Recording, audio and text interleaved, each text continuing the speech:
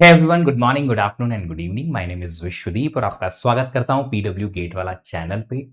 आप सब लोगों ने ये बात सुनी होगी टॉपर्स इंटरव्यू में या फिर किसी सीनियर से या फिर ऐसे पर्सन से जो गेट की तैयारी कर रहा है बहुत लंबे टाइम से कि सिर्फ पढ़ना ही एक मात्र चीज नहीं है या अच्छा कंसिस्टेंसी अकेली चीज नहीं है कि रोज पढ़ते रहो पढ़ते रहो पढ़ते रहो जिससे आपकी रिजल्ट आएगी।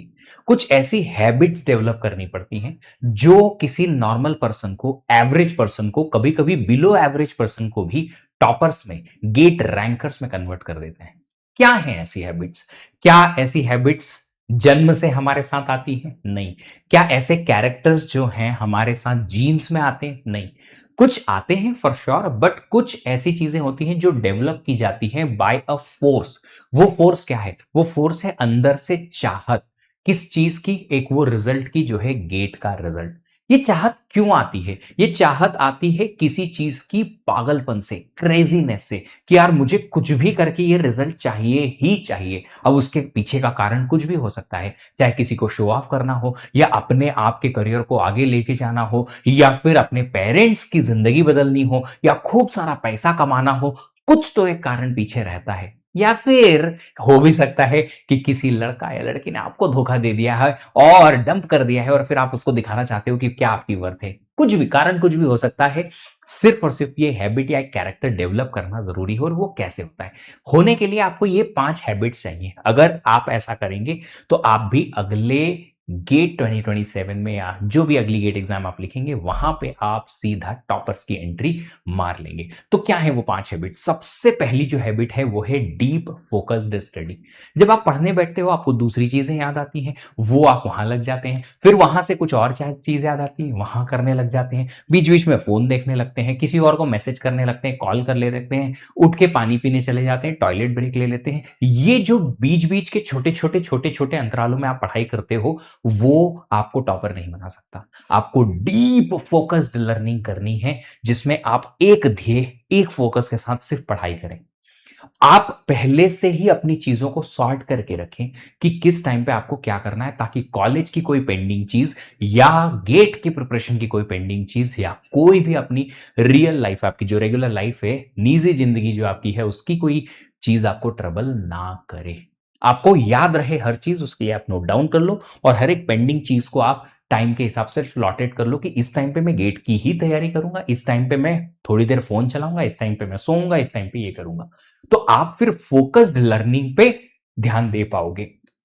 तो आपको मल्टीटास्किंग नहीं करनी है, डीप लर्निंग करनी है बिना डिस्ट्रैक्शन के। टॉपर्स की यही ट्रिक है कि वो फोन अपना दूर रख लेते हैं और बिल्कुल फोकस के साथ में एक चीज पे पढ़ाई करते हैं और एक चीज को ही, जब तक उनका वो टारगेट छोटा सा जो भी उस दिन का है वो खत्म नहीं हो जाता, वो छोड़ते नहीं है। ना फोन देखना, ना किसी और से बातचीत करना, ना ही डिस्ट्रैक्ट होना। तो टारगेट जो है आपका वो पूरा हो जाएगा। सेकेंड चीज है प्रैक्टिस। जो भी कंसेप्ट पढ़ते हो उसको अप्लाई करके देखो तो आपको ज्यादा लंबा टाइम तक याद रहेंगे। आप खाली थ्योरी पढ़ते जाओगे पढ़ते जाओगे पढ़ते जाओगे पढ़ते जाओगे, प्रैक्टिस कुछ ही नहीं करोगे, आखिरी में करेंगे प्रैक्टिस। इसका बहुत अच्छा एग्जाम्पल है। मान लो मैंने आपको घर पे बुलाया खाने के लिए और आपको बहुत शानदार शानदार पकवान दिए, पर मैंने एक शर्त रखी कि पहले आपको सारी सब्जियां खानी पड़ेंगी, उसके बाद आखिरी में मैं रोटी दूंगा। आप बोलोगे सर ये क्या बात हुई? सेम बात हुई कि पहले थ्योरी थ्योरी सब पढ़ लो एक साथ, फिर आखिरी में खाली प्रैक्टिस प्रैक्टिस करेंगे। ऑफ कोर्स लास्ट में प्रैक्टिस की जरूरत होगी विद रिवीजन, बट थोड़ी प्रैक्टिस तो शुरुआत में भी चाहिए ना।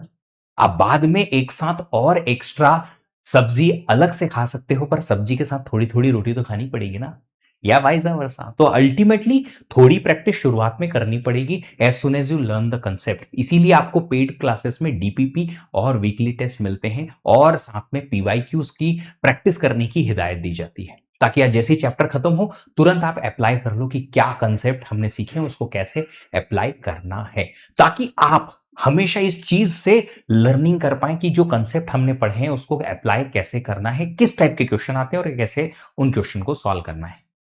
तो जो टॉपर हैं वो इस चीज को भली भांति समझते हैं, बट जो रेकलेसली बस पढ़ रहा है कि हाँ सिलेबस कंप्लीट करना है करना है करना है, सिलेबस कंप्लीट करेंगे तो मार्क्स आ जाएंगे, वो इस बात को नहीं समझ पाता। या बाद में एक साथ सारी प्रैक्टिस कर लेंगे, वो इस बात को नहीं समझ पाता है कि थोड़ी प्रैक्टिस शुरुआत में करनी पड़ेगी ताकि कंसेप्ट दिमाग में छपे, याद रहे, समझ में आए। तो ये जरूरी है, इसका ध्यान आप रखिएगा। तीसरी चीज जो है वो है टेस्ट की एनालिसिस। बहुत सारे बच्चे तो टेस्ट के नाम से ही भाग जाते हैं, बोलते टेस्ट हम और इस और टेस्ट लिखा मार्क्स कम आए तो हमने तो छोड़ दिया। क्यों? मार्क्स कम आए तो ये गेट का रिजल्ट हो गया कि जब हमारा पूरा एकदम पुख्ता तैयारी हो जाएगी तो हम गेट का एग्जाम लिखने जाएंगे या टेस्ट लिखेंगे। पर तैयारी होगी कैसे? तैयारी करने के लिए तैयारी का पार्ट ही तो है ना टेस्ट। टेस्ट अलग से कुछ नहीं है, it is the part of your preparation. Test लिखोगे तो पता चलेगा ना कि कमजोरी कहां है। आप में कमजोरी नहीं है, आपकी प्रिपरेशन में कमजोरी है भाई। तो आप अपने आप को नीचा ना दिखाएं कि अरे टेस्ट में मार्क्स कम आए तो हम तो पीछे रह गए या हम तो नीचे रह गए, ऐसा कुछ नहीं है। टेस्ट में मार्क्स कम आने का मतलब है हमारी प्रिपरेशन में कहीं कमियां हैं, बस उसे हम आइडेंटिफाई कर लें ताकि उस टेस्ट की कमियों को आइडेंटिफाई करके उन पे काम कर पाएं, और जब उन पे काम करेंगे तो हम बेहतर हो पाएं। अपने आप को इंप्रूव करके और एग्जाम में लेके जाना है ना, कि गलतियों के साथ ही लेके जाएंगे? नहीं। तो टेस्ट से डरना नहीं है, टेस्ट में कम मार्क्स आए तो डरना नहीं है। टेस्ट की सही एनालिसिस जरूरी है कि कोई टेस्ट आपने लिखा तो उसमें हर एक क्वेश्चन को वन बाय वन चेक करो कि क्यों गलती हुई। हर एक क्वेश्चन की गलती अलग होगी, उसका सॉल्यूशन भी अलग होगा। पर अगर आपको ऐसा कलेक्टिवली लगता है कि कोई टॉपिक में ज्यादातर क्वेश्चन आपसे नहीं बन रहे हैं या कोई पर्टिकुलर टाइप की गलती आप बार बार कर रहे हो, तो अगले टेस्ट में फिर आप उसे इंप्रूव करके जा सकते हो। And that is what the toppers main strategy in last 4 or 5 months, कि वो टेस्ट लिख लिख के अपनी गलतियां खटाखट पकड़ने की कोशिश करते हैं ताकि उनको एक एक करके सॉल्व करते जाएं, ताकि एग्जाम टाइम में मिनिमम से मिनिमम गलतियां हो पाए। And that is why smart analysis of the test are needed. आपके वीक एरियाज को आइडेंटिफाई करना है, उन पे काम करना है। अगर ऐसा लगता है कि कोई कंसेप्ट भूल रहे हैं तो उनका रिवीजन करना है। अगर ऐसा लगता है कि कोई कंसेप्ट पे क्वेश्चन नहीं बन पा रहे तो उनकी ज्यादा प्रैक्टिस करनी है। नेक्स्ट है डिसिप्लिन। डेली टारगेट खत्म करना है, मतलब करना है चाहे कुछ भी हो जाए।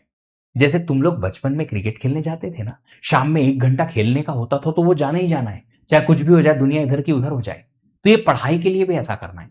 अभी किसी दिन मम्मी का बर्थडे आ गया तो शाम की पढ़ाई 2 घंटे की मिस हो गई। अब वो मिस हो गई, वो कॉम्प्रोमाइज नहीं हो रही, वो दूसरी चीजें कॉम्प्रोमाइज नहीं हो रही। रात की नींद कॉम्प्रोमाइज की उसके चक्कर में नहीं, खाना कॉम्प्रोमाइज किया उसके चक्कर में नहीं, दूसरी कोई भी चीज आपने कॉम्प्रोमाइज नहीं की, बस अपनी पढ़ाई कॉम्प्रोमाइज कर दी ऐसी छोटी छोटी इवेंट के लिए।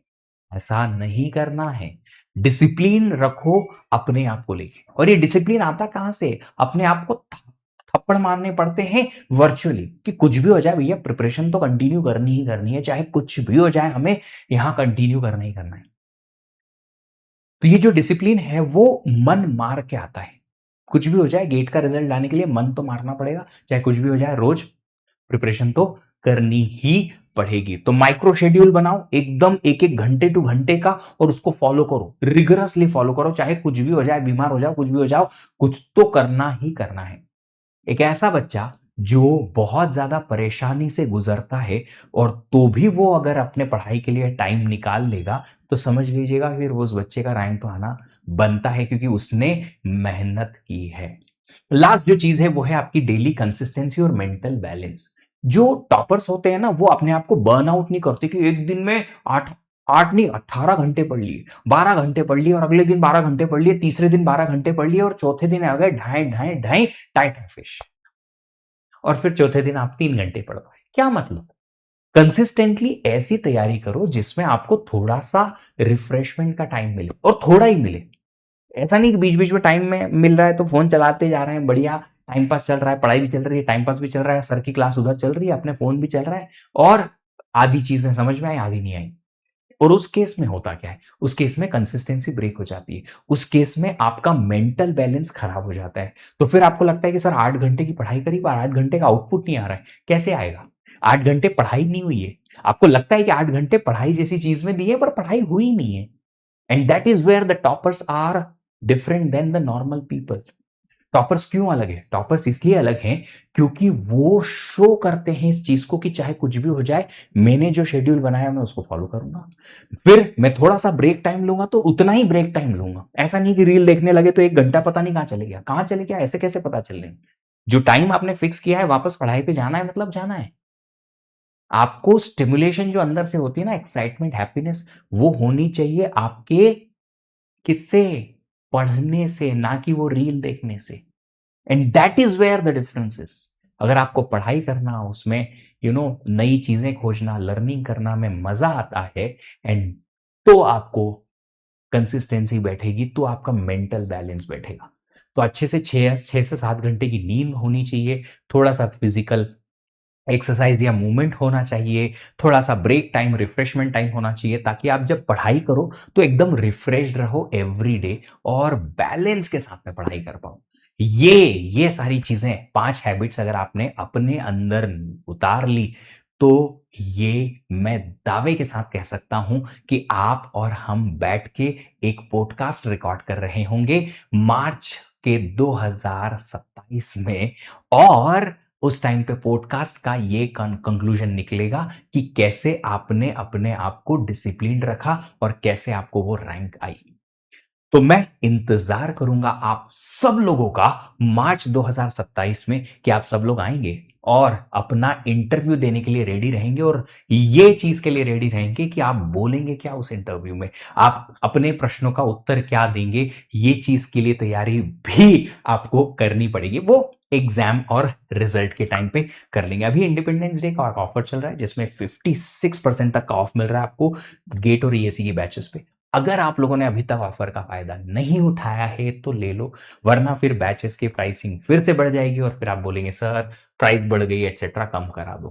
तो जल्दी से आप लोग इसको फॉलो कर लो। ये टेलीग्राम चैनल है, अगर आप लोगों ने अभी तक ज्वाइन नहीं किया तो कर लेना। मेरा सीएसआईटी और डीएस से रिलेटेड स्टूडेंट्स उस टेलीग्राम चैनल को ज्वाइन कर सकते हैं ताकि अगर मुझसे कोई क्वेश्चन है तो आप वहां पूछ सकते हैं।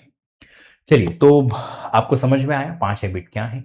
ध्यान रखिएगा, इन हैबिट्स को फॉलो करिएगा और फिर मिलेंगे आप लोगों से दोबारा अगले सेशन में। तब तक अपना ख्याल रखिएगा। Happy learning, bye bye.